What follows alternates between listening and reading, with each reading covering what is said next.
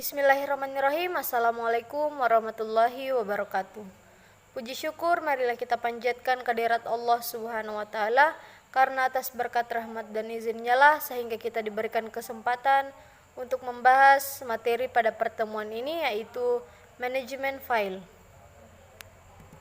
Sebelum memasuki materi, saya akan memperkenalkan diri serta teman kelompok saya yang terdiri dari 3 orang, yaitu yang pertama saya sendiri selaku moderator dan pemateri pertama, Eka Sabrina Mustaqim dengan NIM 2102105020039.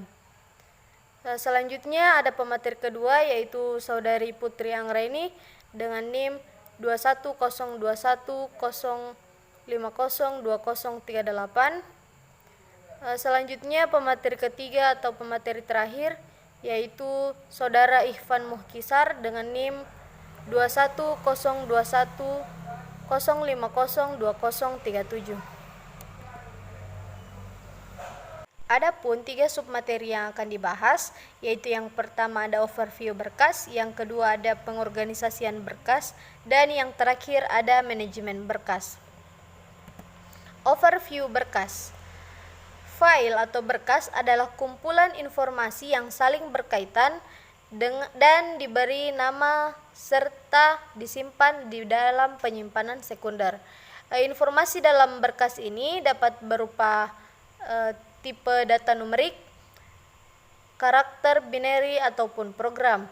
Elemen-elemen berkas ini tersusun serta terstruktur, yang strukturnya itu sendiri terbagi atas 3, yaitu yang pertama tanpa struktur, yang hanya berisi urutan byte atau word. Yang kedua ada struktur record sederhana, dapat berupa lines, ukuran tetap dan ukuran berubah. Dan yang terakhir ada struktur kompleks, yaitu dokumen yang terformat. Akses method. File-file yang ada di dalam disk dapat diakses dengan 3 cara, yaitu yang pertama ada sequential atau diakses secara berurut, yang kedua ada direct access yaitu akses secara langsung, dan yang terakhir ada indexed access atau akses lewat indeks. Untuk materi selanjutnya saya serahkan kepada pemateri kedua, yaitu Saudari Putri Anggraini. Baik, saya Putri Anggraini akan melanjutkan presentasi pada materi kedua, yaitu pengorganisasian berkas. Yang pertama yaitu ada struktur organisasi berkas bagi pengguna, yang dimana berkas diorganisasikan secara hierarki menggunakan direktori. Yang kedua yaitu ada struktur organisasi berkas di media penyimpanan. Direktori adalah kumpulan nodes atau simpul-simpul yang berisi informasi tentang semua files di disk. Atribut berkas terbagi menjadi 6 bagian, yaitu ada nama, type, lokasi, size, protection, time, date, user identification. Jadi name itu adalah nama berkas, kedua yaitu type itu jenis berkas, yang ketiga yaitu ada location itu penunjuk lokasi berkas di media penyimpanan. Yang keempat yaitu ada size ini ukuran dari berkas. Yang kelima yaitu protection ini adalah informasi yang mengontrol keamanan akses terhadap berkas, seperti jenis pengguna yang berhak untuk membaca, menulis, atau mengeksekusi berkas. Yang keenam itu ada time, date, user identification, yaitu informasi pemilik atau pembuat berkas serta waktu dan tanggal buat ataupun modifikasi terakhirnya. Adapun tujuan dari adanya direktori ini, yaitu yang pertama efisiensi. Efisiensi itu untuk menemukan suatu file. Yang kedua yaitu ada penamaan. Penamaan ini lebih bersahabat dengan user. Yang ketiga yaitu ada pengelompokan. Pengelompokan ini adalah terutama file yang sejenis. Selanjutnya yaitu materi ketiga, manajemen berkas. Operasi pada berkas dan direktori. Operasi terhadap berkas dan direktori dapat dilakukan oleh pemrograman aplikasi atau oleh pengguna lewat suatu aplikasi sel. Nah, sel ini merupakan aplikasi interaktif yang memberikan antarmuka bagi pengguna untuk mengakses layanan yang diberikan oleh sistem operasi. Nah, contoh dari aplikasi sel ini adalah yang pertama ada Explorer dan CMD yang ada di Windows XP, yang kedua yaitu Bash yang ada di Linux. Selanjutnya yaitu ada operasi terhadap berkas antara lain.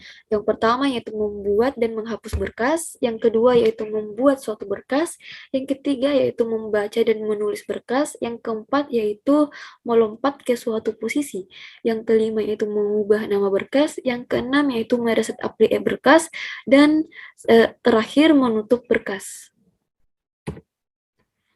Selanjutnya yaitu ada operasi terhadap direktori antara lain. Yang pertama yaitu membuat dan menghapus direktori. Selanjutnya mencari berkas, lalu melihat isi direktori dan mengubah nama direktori. Yang kedua yaitu ada pengelolaan ruang kosong. Nah, teknik-teknik yang dapat digunakan untuk pencatatan ruang kosong media penyimpanan antara lain yaitu menggunakan bit vektor. Nah, tiap bit presentasi tersedia atau tidaknya kosong suatu blok di disk. Jumlah bit yang dibutuhkan sesuai jumlah blok disk secara logika. Nah, yang kedua yaitu vektor bit. Ini disimpan secara khusus di media penyimpanan dan diakses pada saat terjadi alokasi berkas baru, perbesaran ukuran berkas maupun pada saat terjadi penghapusan berkas. Nah, kelebihannya yaitu teknik bit vektor memungkinkan pencarian ruang kosong secara tepat. Kelemahannya itu diperlukan ruang tambahan untuk pencatatan bit vektor yang besarnya cukup besar jika jumlah bloknya banyak. Baiklah, saya Ikhwan Lukisar akan melanjutkan materi yang ketiga, yaitu teknik linked list. Tiap blok kosong memiliki pointer yang menunjuk ke blok kosong berikutnya dan seterusnya. Informasi pointer ini dapat disimpan di awal atau akhir setiap blok yang kosong. Informasi yang butuh dicatat secara khusus hanyalah pointer alamat blok kosong pertama. Kelebihan teknik ini menghemat penggunaan ruang khusus untuk mencatat informasi ruang kosong karena informasi blok kosong dicatat pada ruang yang memang belum dialokasikan. Adapun kelemahannya, jika terjadi kerusakan pada salah satu blok kosong, maka pengelolaan ruang kosong menjadi terganggu. Pengalokasian sejumlah blok kosong ke berkas relatif lebih lambat karena harus mengikuti link-link pada blok kosong. Menggunakan grouping. Blok kosong pertama menyimpan seluruh pointer ke blok kosong di seluruh disk. Pencarian ruang kosong jadi lebih cepat bandingkan dengan menggunakan linked list.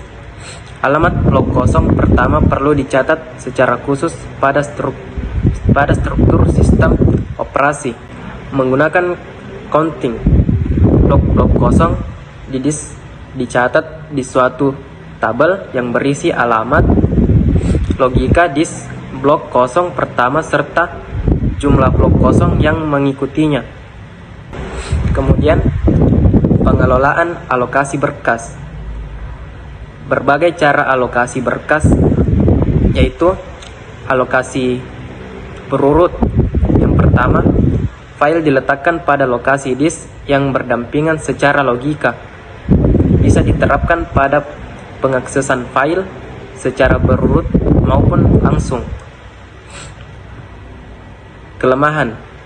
Adapun kelemahannya, alokasi menjadi sangat tidak fleksibel karena harus mendapatkan segmen ruang kosong yang dapat menampung seluruh data berkas. Alokasi berantai. File diletakkan pada lokasi disk yang terpisah secara logika dan tersambung secara linked list. Hanya bisa diterapkan pada pengaksesan file secara berurut. Adapun kelemahannya yaitu kebutuhan akan ruang yang lebih untuk menyimpan pointer ke blok alokasi berikutnya.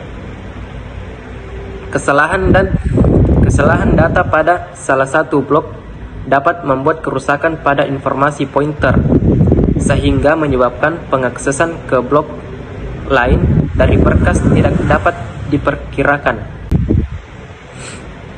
Alokasi berindex. File dipecah atas blok yang sama besar dan dialokasikan di lokasi disk.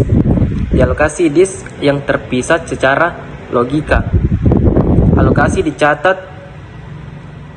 dicatat di suatu blok indeks yang berisi nomor-nomor blok disk yang dialokasi untuk blok-blok dari file. Pengaksesan file dilakukan lewat blok indeks tersebut. Alokasi ini mirip alokasi dengan sistem pegging. Adapun kelemahannya itu kebutuhan ruang tambahan untuk blok indeks. Jika berkasnya sangat besar, maka kemungkinan diperlukan lebih dari satu blok indeks dan penanganannya menjadi lebih rumit. Yang berikutnya itu proteksi bagi pakai berkas. Beberapa mekanisme proteksi yang sering digunakan adalah: yang pertama, proteksi berkas dengan password.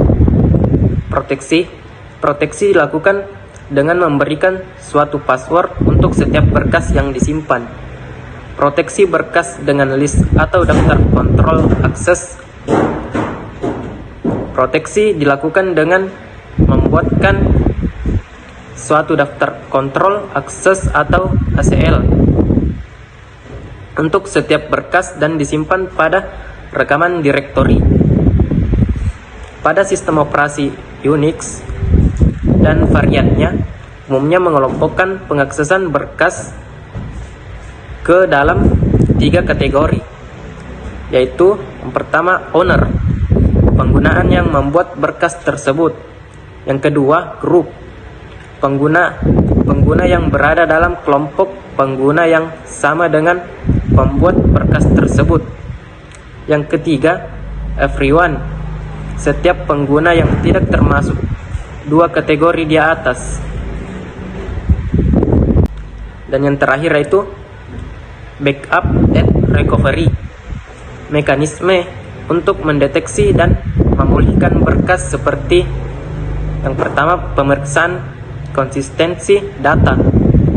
Misalnya memeriksa konsistensi atribut berkas yang tersimpan pada rekaman direktori dengan kondisi berkas yang sesungguhnya.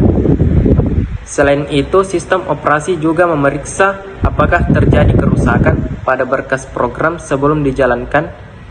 Umumnya sistem operasi akan mencegah eksekusi program yang isinya sudah berubah secara tidak wajar. Yang kedua, backup dan pemulihan berkas. Backup adalah penyalinan berkas ke media penyimpanan lain sebagai cadangan dan digunakan untuk memulihkan berkas jika terjadi kerusakan pada berkas lainnya. Atau berkas aslinya. Salah satu fungsi lain dari manajemen berkas adalah melakukan backup secara otomatis terhadap sejumlah berkas-berkas yang penting. Mungkin cukup sekian yang dapat kami sampaikan. Kurang dan lebihnya mohon dimaafkan. Wassalamualaikum warahmatullahi wabarakatuh.